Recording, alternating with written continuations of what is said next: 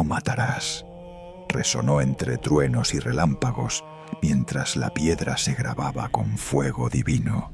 Pero 40 días después, ese mismo Dios ordenó a los levitas atravesar el campamento con espadas, y 3000 hombres cayeron muertos por adorar un becerro de oro.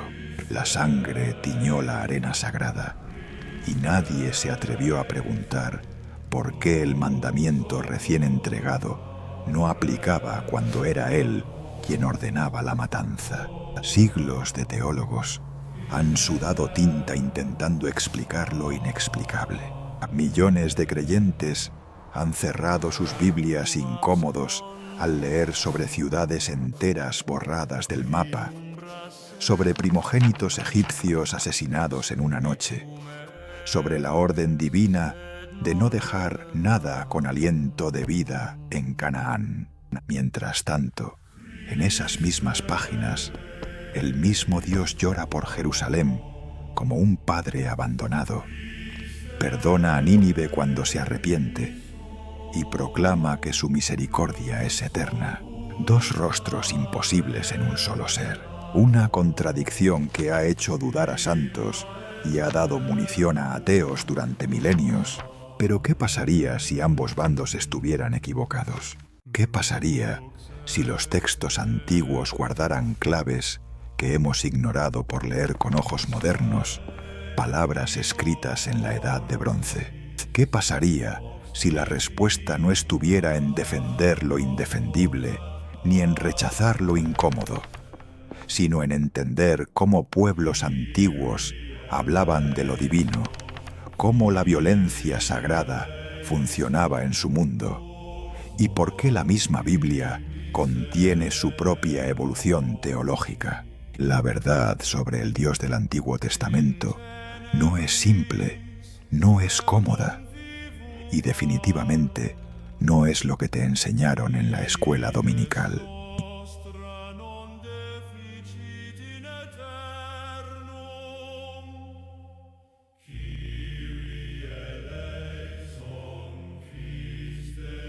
Capítulo 1. La paradoja que nadie quiere discutir. ¿Y si el Dios que nos enseñaron a amar también ordenó masacres?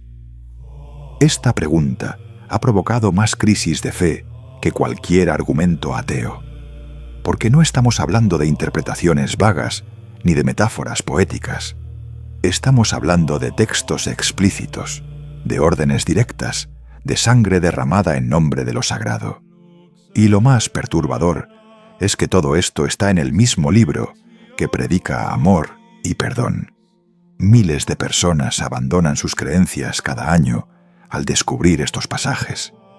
Otros se aferran a explicaciones que suenan más a excusas que a respuestas. Y entre ambos extremos existe un vacío enorme de comprensión que nadie parece querer llenar con honestidad. Porque enfrentar esta contradicción significa cuestionar todo lo que nos dijeron sobre la naturaleza de lo divino. Significa aceptar que las respuestas fáciles no existen. El Antiguo Testamento contiene algunos de los relatos más hermosos sobre misericordia y compasión jamás escritos. Pero también incluye mandatos de exterminio total, castigos colectivos y una violencia que haría palidecer a cualquier señor de la guerra antiguo. No son invenciones de críticos modernos. Están ahí, negro sobre blanco, en las páginas que millones consideran palabra sagrada. Y la pregunta que nadie responde satisfactoriamente es: ¿cómo pueden convivir ambas imágenes en el mismo Dios? La tradición religiosa ha intentado suavizar estas contradicciones durante siglos. Algunos dicen que debemos leer todo como alegoría. Otros afirman que el contexto histórico lo justifica todo. Hay quienes simplemente evitan mencionar estos pasajes, como si el silencio pudiera borrarlos de la realidad. Pero ninguna de estas aproximaciones satisface realmente la pregunta fundamental. Si Dios es amor absoluto, ¿por qué el Antiguo Testamento lo presenta ordenando genocidios. Esta no es una pregunta nueva. Lleva atormentando a teólogos, filósofos y creyentes desde hace 2000 años. Marción de Sinope, en el siglo II, llegó a proponer que el Dios del Antiguo Testamento era una deidad diferente y malvada, completamente opuesta al Padre amoroso que predicó Jesús. La Iglesia lo declaró hereje, pero la pregunta nunca desapareció.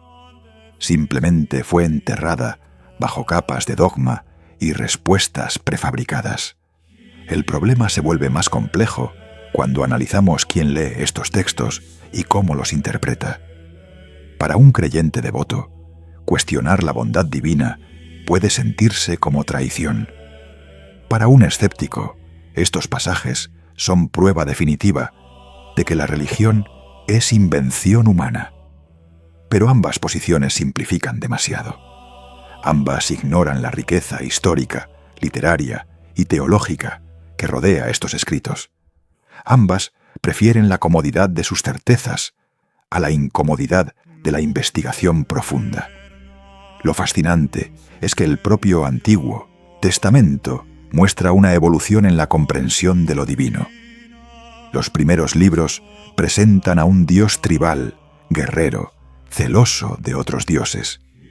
Los profetas tardíos hablan de un Dios universal, compasivo, que prefiere la misericordia al sacrificio. Esta transformación no es accidental. Refleja siglos de reflexión teológica, de trauma nacional, de encuentro con otras culturas. Pero pocas personas conocen esta evolución porque nadie la enseña. Y aquí está la clave que cambia todo. El Antiguo Testamento no fue escrito por una sola persona en un solo momento. Es una biblioteca de textos diversos, escritos a lo largo de casi 1000 años, por diferentes autores, en diferentes contextos, con diferentes agendas teológicas. Leerlo como si fuera un manual uniforme es malinterpretar su naturaleza fundamental. Es como leer toda la filosofía occidental de Platón a Nietzsche y esperar que todos digan lo mismo sobre la verdad. Pero eso no resuelve el problema ético, porque incluso entendiendo el contexto, seguimos teniendo textos que afirman ser palabra divina y que ordenan violencia extrema. ¿Qué hacemos con eso? ¿Lo descartamos? ¿Lo reinterpretamos hasta que signifique otra cosa? ¿Aceptamos que nuestros ancestros proyectaron sus propias violencias sobre su imagen de Dios?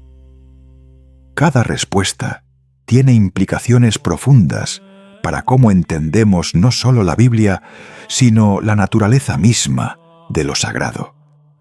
Lo que pocas personas saben es que los antiguos israelitas no eran únicos en atribuir violencia a sus dioses. Todas las culturas del antiguo Oriente Próximo lo hacían. Los asirios, los babilonios, los hititas, todos afirmaban que sus dioses ordenaban conquistas y masacres. La diferencia es que solo los textos hebreos sobrevivieron como escritura sagrada viva. Solo ellos continuaron siendo leídos como revelación divina milenios después. Y eso crea un problema único en la historia religiosa. Si quieres seguir explorando lo que nunca debió salir a la luz, suscríbete.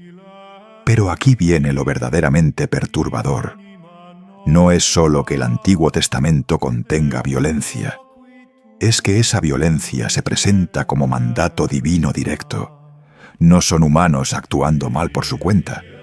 Es Dios, según los textos, ordenando exterminio total, diciéndole a Saúl que mate a todos los amalecitas, incluyendo niños y animales, ahogando a toda la humanidad excepto una familia, convirtiendo a Lot en testigo de la incineración de ciudades enteras.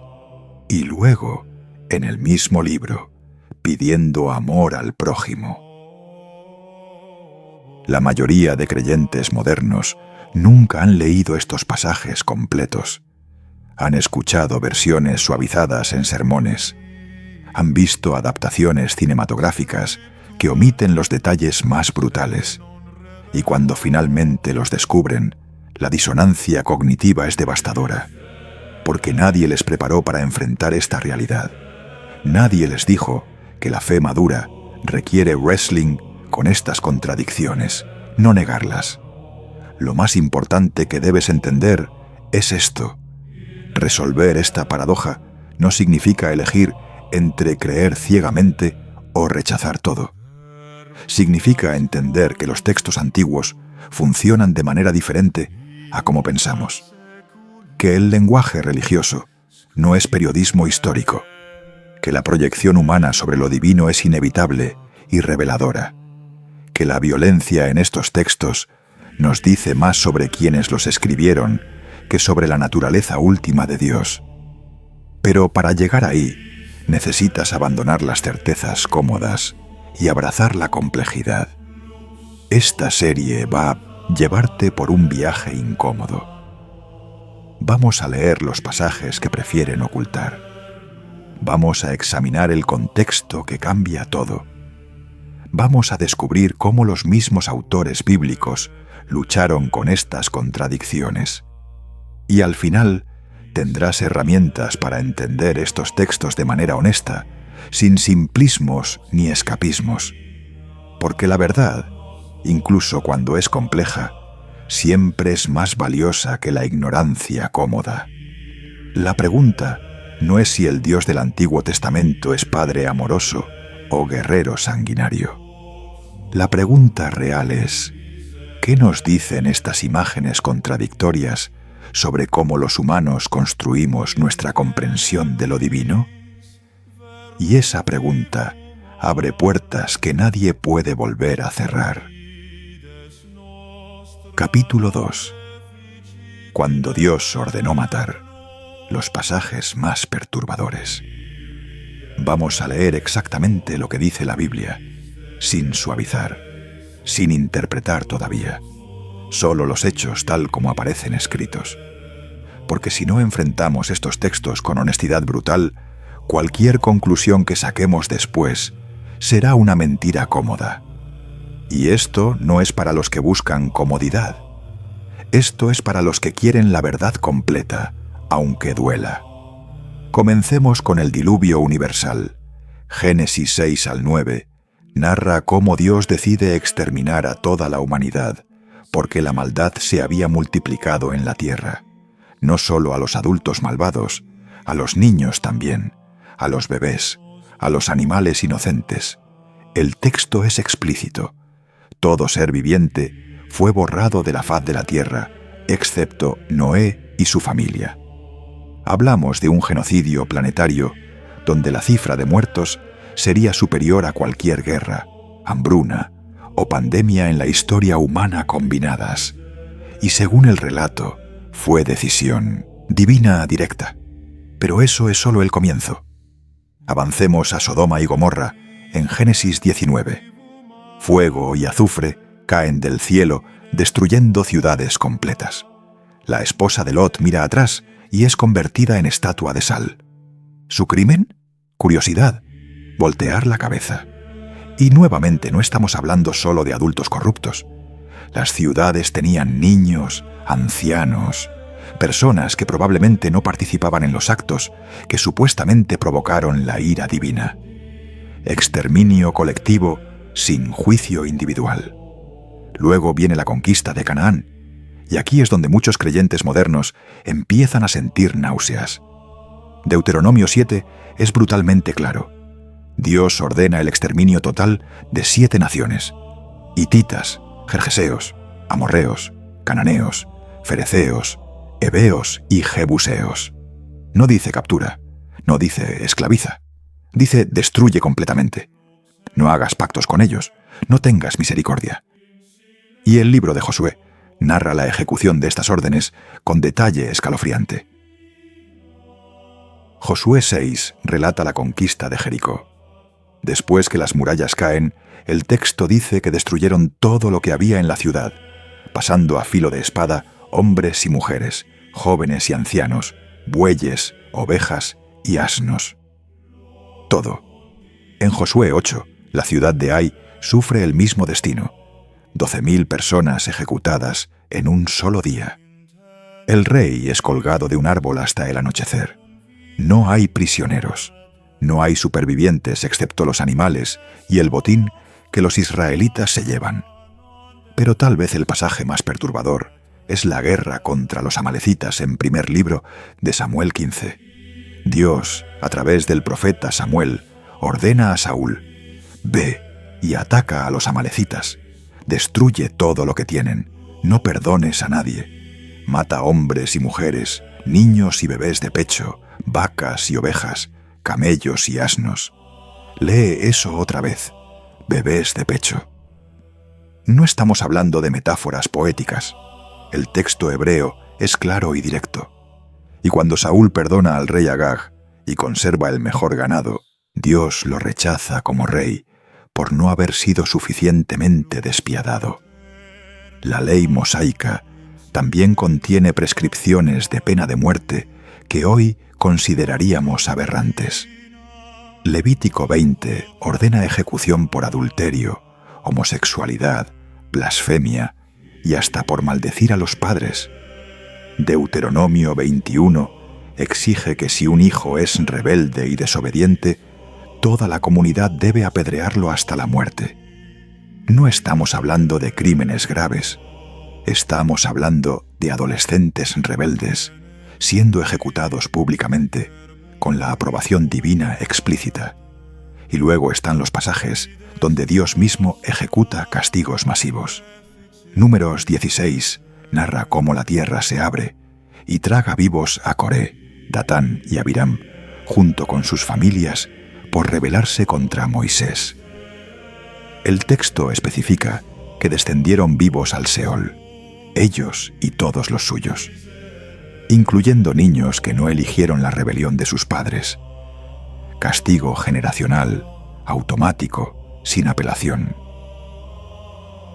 En Números 25, cuando los israelitas empiezan a mezclarse con moabitas y a adorar a sus dioses, una plaga divina mata 24.000 personas.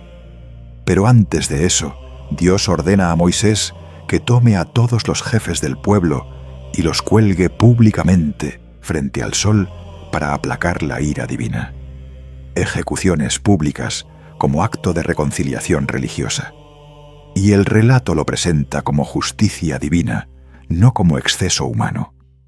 Segundo libro de Reyes 2 cuenta la historia de Eliseo siendo insultado por unos jóvenes que se burlan de su calvicie. La respuesta divina: 2 osas salen del bosque y despedazan a 42 muchachos. Por una burla, por falta de respeto a un profeta. Masacre animal como instrumento de justicia divina. Y el texto lo narra sin condena, solo como hecho consumado. Si quieres seguir explorando lo que nunca debió salir a la luz, suscríbete. La destrucción de los primogénitos de Egipto en Éxodo 12 es otro caso extremo. La 10ª plaga mata a todos los primogénitos egipcios, desde el hijo del faraón hasta el hijo de la esclava, incluyendo las primeras crías del ganado. Bebés inocentes ejecutados por decreto divino para presionar a un faraón que, según el mismo texto, había sido endurecido en su corazón por el propio Dios. Los niños pagan por la obstinación que Dios mismo provocó en su gobernante. Y no podemos olvidar el casi sacrificio de Isaac en Génesis 22. Aunque finalmente Dios detiene la mano de Abraham, el relato muestra a un Dios que pide a un padre que asesine a su propio hijo como prueba de lealtad. Imagine el trauma psicológico. Un niño atado sobre un altar, viendo a su padre levantar el cuchillo. Incluso si se detiene al último segundo, esa imagen queda grabada para siempre. Y se nos presenta como modelo de fe suprema. Todos estos pasajes tienen algo en común. Presentan la violencia como mandato divino directo. No son humanos actuando mal e invocando a Dios como excusa. Son textos que afirman explícitamente que Dios ordenó, ejecutó o aprobó estos actos. Y ese es el problema que no podemos evadir con gimnasia interpretativa, porque si decimos que todo es metáfora, entonces nada en el texto significa lo que dice, y si decimos que todo es literal, entonces tenemos que confrontar a un Dios que ordena infanticidio. La respuesta tradicional ha sido: Dios es soberano y sus caminos son misteriosos. Nosotros no podemos juzgar la moralidad divina con estándares humanos. Pero esa respuesta crea un problema filosófico devastador. Si la bondad de Dios es tan diferente a nuestra comprensión del bien que incluye masacrar bebés, entonces la palabra bondad pierde todo significado. Se convierte en una etiqueta vacía que podemos pegar a cualquier acto, por brutal que sea. Otros argumentan que estos pueblos eran tan malvados que merecían exterminio total. Pero esa justificación falla en múltiples niveles. Primero, implica que bebés recién nacidos ya eran culpables por pertenecer a cierta etnia. Segundo, contradice el principio bíblico posterior de responsabilidad individual que proclaman los profetas. Tercero, si aceptamos genocidio como respuesta válida a la maldad, entonces abrimos la puerta a justificar cualquier atrocidad histórica con la misma lógica. Lo crucial aquí no es juzgar apresuradamente estos textos, es reconocer su contenido real sin suavizarlo. Solo después de enfrentar honestamente lo que dicen, podemos comenzar a entender por qué dicen lo que dicen. Pero ese entendimiento requiere contexto histórico, análisis literario y humildad teológica. Requiere aceptar que estos escritos son productos humanos de épocas brutales que reflejan las comprensiones limitadas de sus autores sobre lo divino. Y que confundir descripción antigua con prescripción eterna es el error más peligroso que podemos cometer. Estos pasajes existen, están en el libro que millones llaman sagrado, y merecen una respuesta mejor que el silencio incómodo o la justificación forzada. Porque la fe que no puede enfrentar sus propios textos difíciles no es fe madura, es negación vestida de piedad. Capítulo 3. El otro rostro. Misericordia en el mismo libro. Ahora viene lo que nadie te cuenta. Porque si solo lees los pasajes violentos, tienes la mitad de la historia, y la mitad de la verdad es la mentira más peligrosa. El mismo Antiguo Testamento que ordena destrucción también contiene algunos de los textos más hermosos sobre perdón, compasión y misericordia jamás escritos. Y estas contradicciones no están en libros diferentes, están a veces en el mismo libro, escritas por los mismos autores, dirigidas al mismo pueblo. Comencemos con el libro de Jonás, una historia que todos conocen superficialmente, pero pocos entienden en profundidad. Dios envía a Jonás a predicar contra Nínive, la capital asiria, enemiga mortal de Israel. Nínive era conocida por su crueldad extrema. Empalaban prisioneros, desollaban vivos a sus enemigos, construían pirámides con cráneos. Si algún pueblo merecía destrucción divina, según la lógica del capítulo anterior, era Nínive. Pero aquí viene el giro. Cuando los ninivitas se arrepienten, Dios cancela el castigo. Perdona a los enemigos sanguinarios de su pueblo elegido. Y lo más fascinante es la reacción de Jonás. Se enoja profundamente porque Dios mostró misericordia. Le reclama: por eso huí a Tarsis, porque sabía que eres Dios clemente y compasivo, lento para la ira y grande en misericordia, que te arrepientes del mal.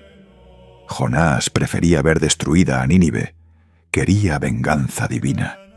Pero Dios le responde con una pregunta demoledora.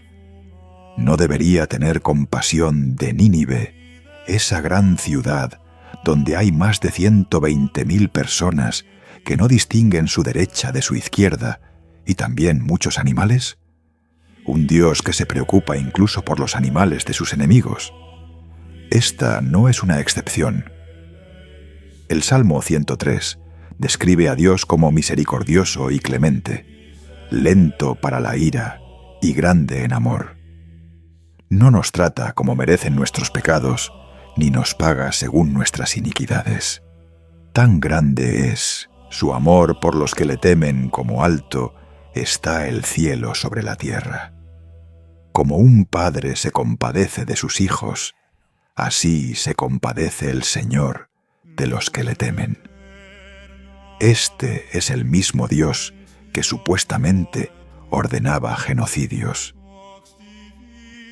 Éxodo 30, y contiene una de las autodescripciones divinas más importantes del Antiguo Testamento.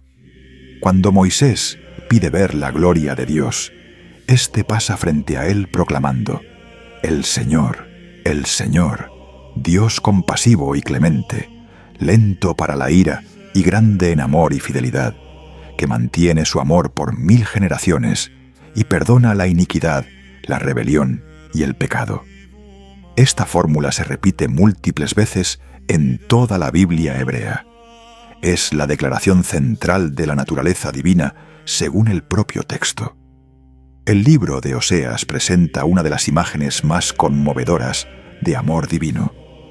Dios compara su relación con Israel a un matrimonio donde la esposa es infiel repetidamente, pero el esposo no puede dejar de amarla.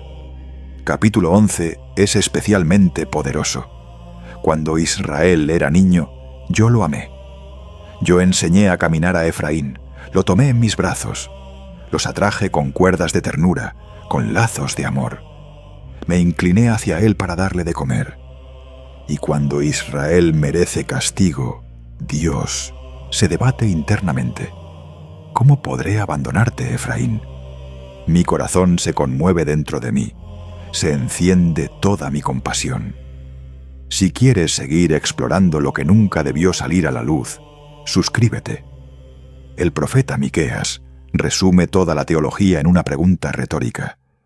¿Qué Dios hay como tú, que perdona la maldad y olvida el pecado del remanente de su pueblo?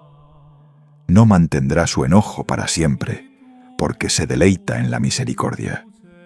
Esta declaración contradice frontalmente la imagen del guerrero vengativo. Afirma que el deleite divino está en perdonar, no en castigar. Que la misericordia es su naturaleza fundamental, no una excepción ocasional. Incluso en el libro de Deuteronomio, el mismo que ordena la destrucción de naciones enteras, encontramos pasajes sorprendentes de compasión universal.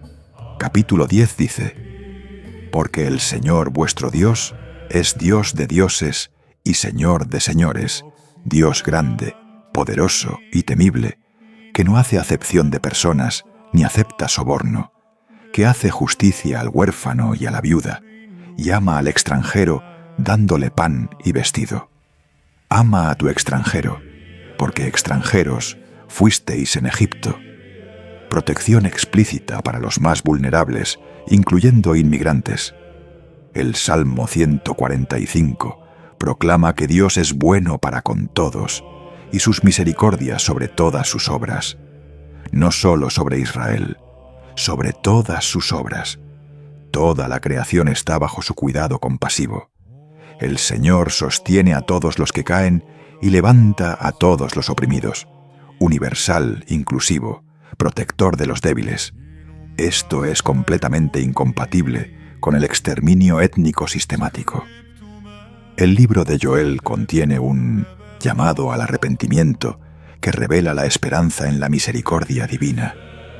Rasgad vuestro corazón y no vuestros vestidos, y convertíos al Señor vuestro Dios, porque Él es clemente y compasivo, lento para la ira y grande en misericordia, y se arrepiente del mal. Un Dios que puede cambiar de opinión, que responde al arrepentimiento humano con perdón, que no está atado a sus propias amenazas de castigo cuando ve transformación genuina. Incluso en la historia de Sodoma, que mencionamos en el capítulo anterior, hay un detalle que la mayoría ignora. Abraham negocia con Dios tratando de salvar la ciudad, y Dios acepta. Si encuentro 50 justos en Sodoma, perdonaré todo el lugar por amor a ellos. Abraham regatea hacia abajo. ¿Y si hay 45? ¿Y si hay 40? ¿30? ¿20? 10. Y en cada paso, Dios acepta. Está dispuesto a salvar la ciudad entera por amor a unos pocos justos. Esta no es la imagen de un tirano sediento de sangre. El libro de Ezequiel 18 contiene una revolución teológica. El Hijo no cargará con la culpa del Padre, ni el Padre con la culpa del Hijo. La justicia del justo será para él, y la impiedad del impío será para él. Este principio contradice completamente el castigo generacional, afirma responsabilidad individual y continúa. Si el impío se aparta de todos los pecados que cometió y guarda todos mis estatutos y hace lo que es justo y recto, ciertamente vivirá, no morirá. Perdón total para quien se transforma. El Salmo 130 es un grito de esperanza en medio de la culpa. Si tú, Señor, tomaras en cuenta los pecados, ¿quién, oh Señor, podría mantenerse? Pero en ti hay perdón, para que seas temido. La conclusión es que precisamente porque Dios perdona, merece reverencia. No por su poder destructivo, sino por su capacidad de redención. La misericordia como fundamento de la fe, no el miedo al castigo. Isaías 50 y contiene una de las promesas más hermosas. Con un poco de ira escondí mi rostro de ti por un momento, pero con misericordia eterna tendré compasión de ti. Porque los montes se moverán y los collados temblarán, pero mi misericordia no se apartará de ti, ni el pacto de mi paz se quebrantará.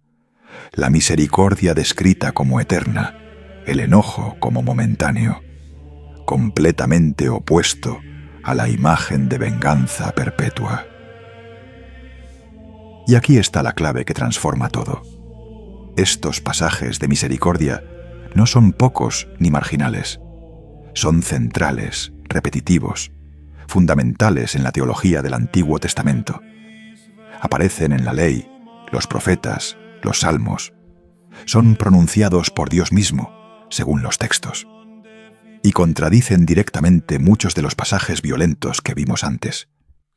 Esta contradicción no es accidental, es la tensión fundamental que atraviesa todo el texto.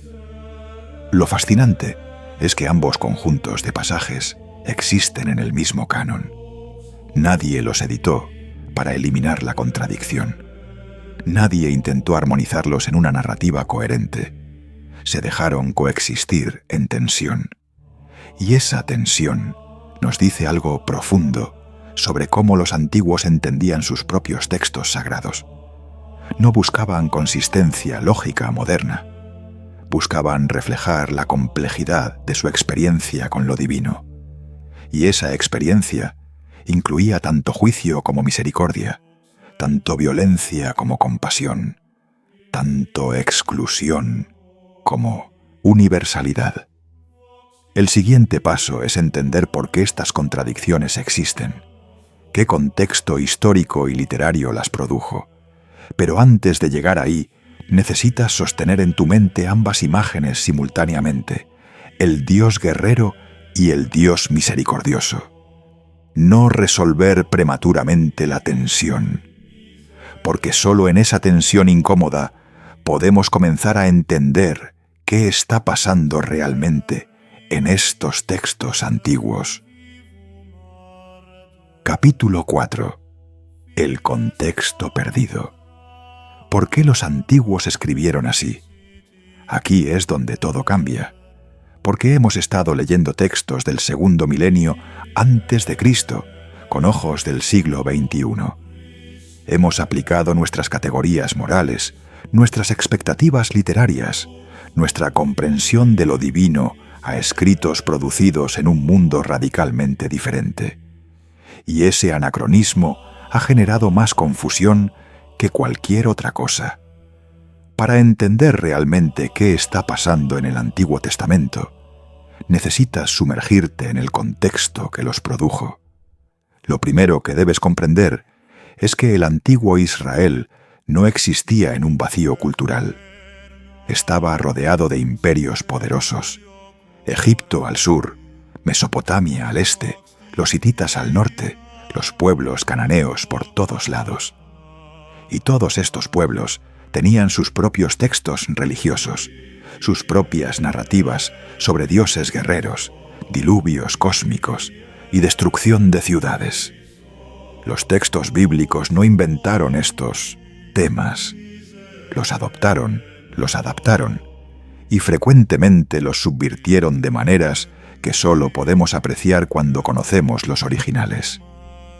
Tomemos el diluvio universal. Mucho antes de que se escribiera el Génesis, los mesopotámicos tenían la epopeya de Gilgamesh con su propio relato de diluvio. El héroe Utnapishtim construye un barco, salva animales, envía aves para encontrar tierra seca. Los paralelos con Noé son innegables. Pero aquí viene lo fascinante. En la versión mesopotámica, los dioses envían el diluvio porque los humanos hacen demasiado ruido y no los dejan dormir. Es caprichoso, petulante, absurdo. En la versión bíblica hay un juicio moral. La violencia humana ha corrompido la tierra. El diluvio se convierte en respuesta a la maldad, no a la molestia divina. Esto revela algo crucial. Los autores bíblicos estaban en diálogo con las narrativas dominantes de su época. No escribían en aislamiento. Tomaban historias conocidas y las reescribían con diferentes énfasis teológicos.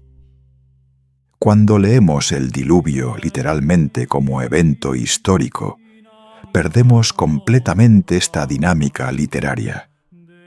El texto funciona como corrección teológica a narrativas existentes, no como reportaje periodístico de eventos pasados. Lo mismo sucede con los relatos de creación.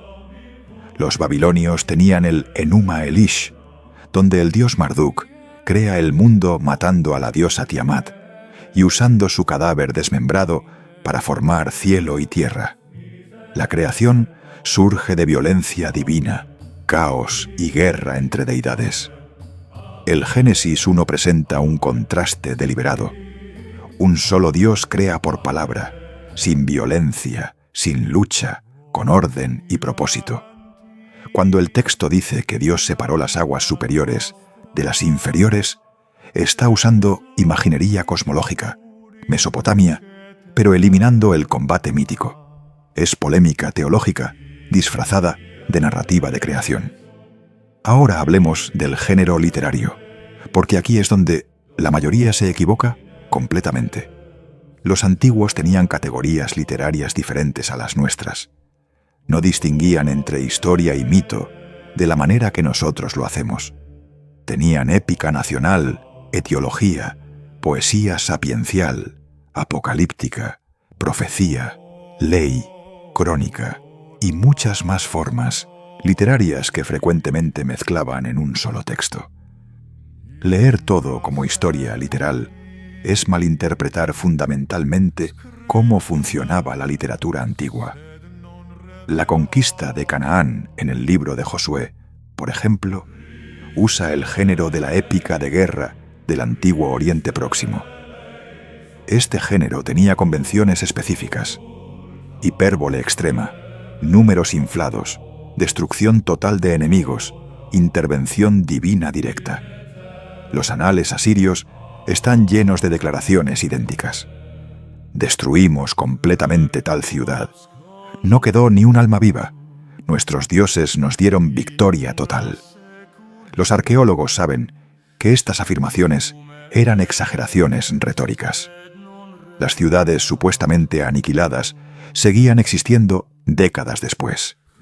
Era lenguaje de propaganda, no reportaje objetivo. Y curiosamente, el propio texto bíblico contradice la narrativa de conquista total. Josué dice que toda la tierra fue conquistada y todos los habitantes exterminados. Pero Jueces 1 inmediatamente reconoce que múltiples pueblos cananeos permanecieron en la tierra, que la conquista fue parcial e incompleta. Esta contradicción no molestaba a los editores antiguos, porque entendían que Josué usaba lenguaje épico, mientras que Jueces presentaba realidad histórica más sobria. Nosotros leemos contradicción porque no reconocemos los géneros diferentes. Si quieres seguir explorando lo que nunca debió salir a la luz, suscríbete. Ahora viene la parte que realmente lo cambia todo: la proyección humana sobre lo divino. Los antropólogos religiosos han documentado un patrón universal. Los humanos siempre construyen sus dioses a imagen de sus propias sociedades. En culturas guerreras, los dioses son guerreros. En sociedades agrícolas, los dioses controlan lluvia y cosechas. En imperios, los dioses son soberanos cósmicos. El antiguo Israel no era excepción. Eran una pequeña nación tribal rodeada de imperios militaristas. Su supervivencia dependía de violencia defensiva constante, y proyectaron esa realidad sobre su comprensión de Dios. Cuando leemos que Dios ordena exterminio de cananeos, estamos leyendo la teología de guerra de un pueblo que necesitaba justificación divina para su supervivencia violenta. Todas las naciones antiguas hacían lo mismo. Los asirios afirmaban que su dios Ashur ordenaba sus conquistas brutales. Los moabitas inscribieron en la estela de Mesa que su dios Kemosh les mandó destruir ciudades israelitas. La diferencia es que solo los textos hebreos sobrevivieron como escritura sagrada viva, obligándonos a confrontar esta dinámica milenios después. Pero aquí está lo extraordinario. Dentro del propio Antiguo Testamento podemos rastrear una evolución teológica. Los textos más antiguos presentan a Yahvé como deidad tribal, uno entre muchos dioses, preocupado principalmente por Israel. Textos intermedios lo elevan a Dios supremo sobre todas las naciones. Los profetas tardíos lo transforman en Dios universal único, creador de todo, preocupado por justicia global, no solo victoria militar israelita. Esta evolución no fue accidental. Reflejaba la maduración teológica de un pueblo a través de siglos de reflexión, especialmente después del trauma del exilio babilónico. El exilio en Babilonia en el año 586 a.C. fue el evento que transformó la teología israelita. Perdieron su tierra, su templo, su rey, todo lo que pensaban que Dios les había prometido eternamente. Esto pudo haber destruido su fe. En cambio, los forzó a repensar radicalmente quién era Dios. Ya no podía ser solo el Dios tribal de un pedazo de tierra. Tenía que ser Dios de toda la tierra, que podía estar presente incluso en Babilonia, que trabajaba a través de imperios extranjeros, que valoraba justicia sobre ritual. Los profetas exílicos y postexílicos reflejan esta teología madura. Isaías 40:55, escrito durante el exilio, presenta un universalismo radical. Dios llama al rey persa Ciro su ungido, su instrumento de salvación, un pagano extranjero convertido en agente divino. Las naciones son invitadas a adorar al único Dios verdadero. La misión de Israel se redefine: no conquistar militarmente, sino ser luz a las naciones. Este es un salto teológico enorme desde Josué, ordenando exterminio de pueblos vecinos. Y aquí está la clave metodológica. Cuando leemos el Antiguo Testamento cronológicamente, según su composición real, en lugar de su orden canónico, la evolución teológica se vuelve obvia. Los textos más violentos y tribales generalmente son más antiguos o reflejan tradiciones antiguas. Los más universales y misericordiosos tienden a ser tardíos o editados tardíamente, no porque Dios cambiara, sino porque la comprensión humana de Dios maduró a través de siglos de experiencia histórica y reflexión teológica.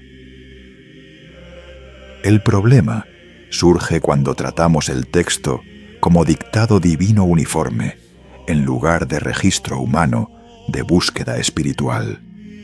Si Dios dictó todo exactamente como está escrito, entonces las contradicciones son irresolvibles y devastadoras para la fe.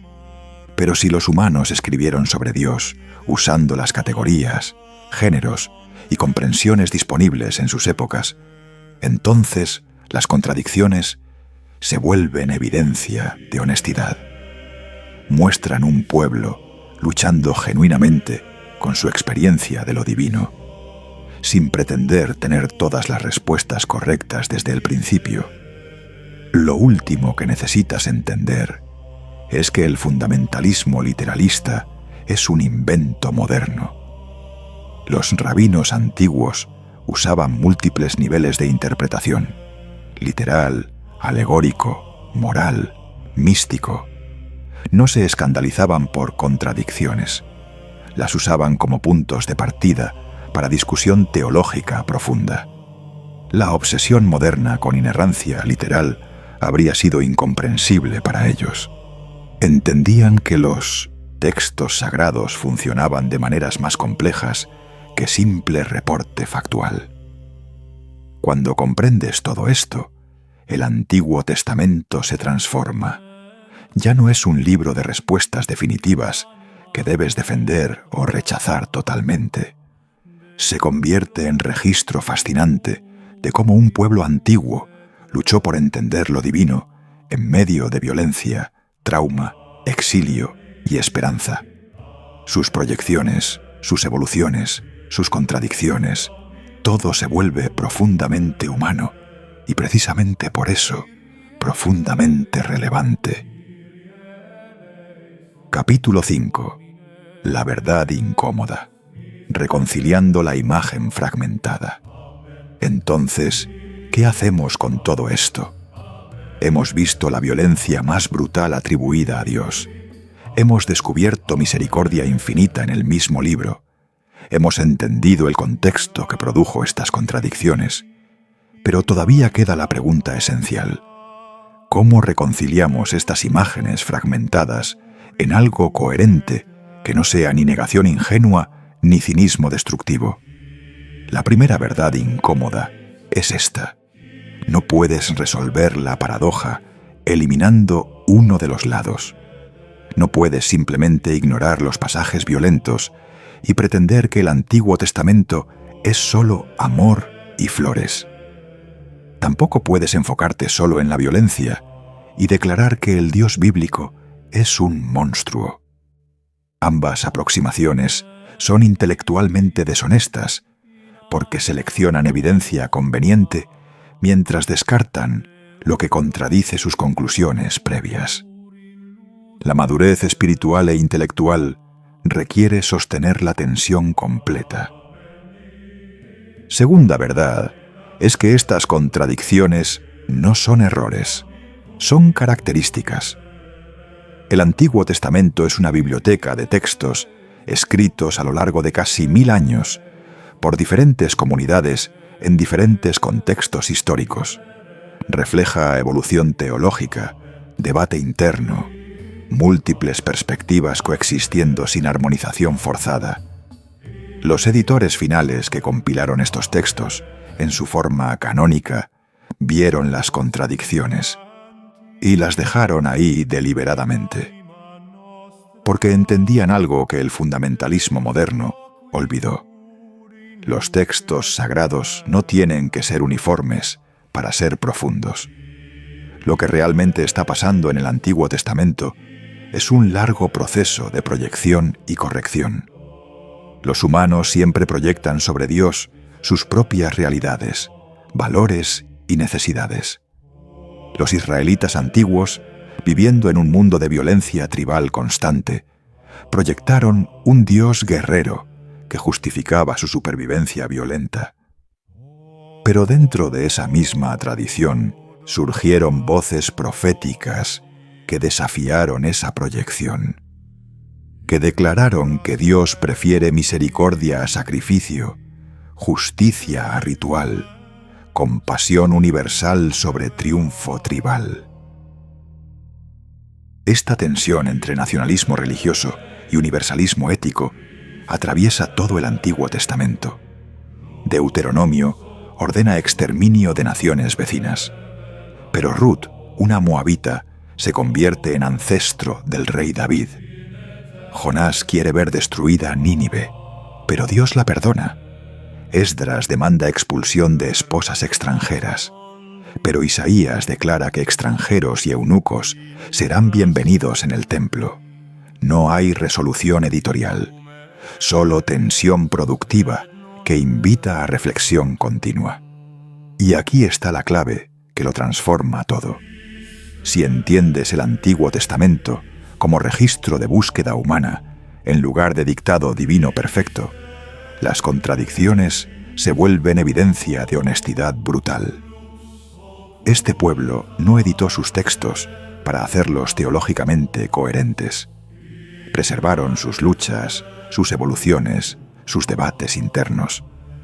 Dejaron registro de cómo su comprensión de Dios se profundizó a través de siglos de experiencia histórica traumática y reflexión teológica valiente. El exilio babilónico fue el crisol que transformó la teología israelita. Cuando perdieron todo, cuando las promesas tribales parecieron fallar completamente, pudieron haber concluido que Dios no existía o los había abandonado. En cambio, reimaginaron radicalmente quién era Dios.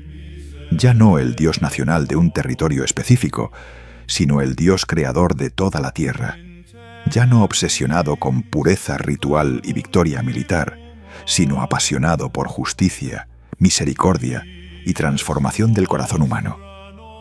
Los profetas exílicos y postexílicos representan el pico de la teología del Antiguo Testamento. Isaías 40-66 reimagina la misión de Israel: no conquistar, sino servir; no destruir naciones, sino ser luz para ellas. El siervo sufriente de Isaías 53 es el opuesto exacto del guerrero divino de Josué. Sufre vicariamente por otros en lugar de infligir sufrimiento. Redime a través de sacrificio propio en lugar de sacrificar enemigos. Esta es evolución teológica radical dentro del mismo canon. Si quieres seguir explorando lo que nunca debió salir a la luz, suscríbete. Pero no romantices esta evolución. No fue lineal ni completa. Textos tardíos como Esther celebran venganza étnica.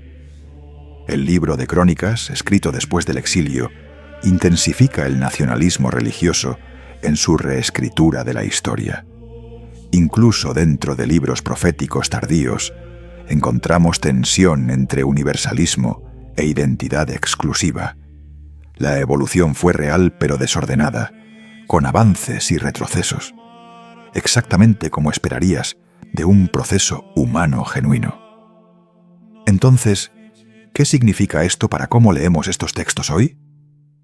Primero, significa abandonar la lectura plana, que trata todo el Antiguo Testamento como igualmente autoritativo. Algunos textos representan comprensiones más maduras de lo divino que otros. Los profetas que proclaman justicia universal están más cerca de la verdad ética que las leyes que ordenan genocidio. Y podemos hacer ese juicio precisamente porque el propio texto nos da criterios progresivos para evaluar sus propias tradiciones. Segundo, significa leer el Antiguo Testamento como preparación incompleta para algo mayor. El Nuevo Testamento presenta a Jesús radicalizando las intuiciones más profundas de los profetas, mientras rechaza el tribalismo violento. Ama a tus enemigos, contradice directamente, destruye a tus enemigos. El reino de Dios, como levadura que transforma desde dentro, contradice el reino de Dios impuesto por conquista militar. Esta es continuidad selectiva. Cumplir las promesas más profundas, mientras abandonar las proyecciones más violentas. Tercero, y esto es crucial, significa reconocer que nosotros también proyectamos sobre Dios. No hemos superado mágicamente esta tendencia humana universal. Cuando enfatizamos solo los textos que confirman nuestras políticas preferidas e ignoramos los que nos desafían, estamos haciendo exactamente lo mismo que los antiguos.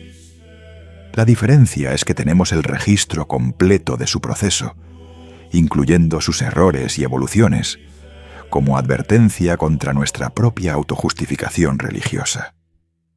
La verdad más incómoda de todas es que no podemos usar el Antiguo Testamento para justificar violencia en nombre de Dios sin ser profundamente selectivos e ignorar su propio movimiento interno hacia la misericordia. Pero tampoco podemos pretender que la violencia no está ahí, profundamente entretejida, en partes del texto. Tenemos que confrontar honestamente ambas realidades y elegir conscientemente qué tradiciones dentro del texto merecen continuidad y cuáles deben ser reconocidas como proyecciones humanas limitadas que reflejan su época, pero no autoridad divina eterna.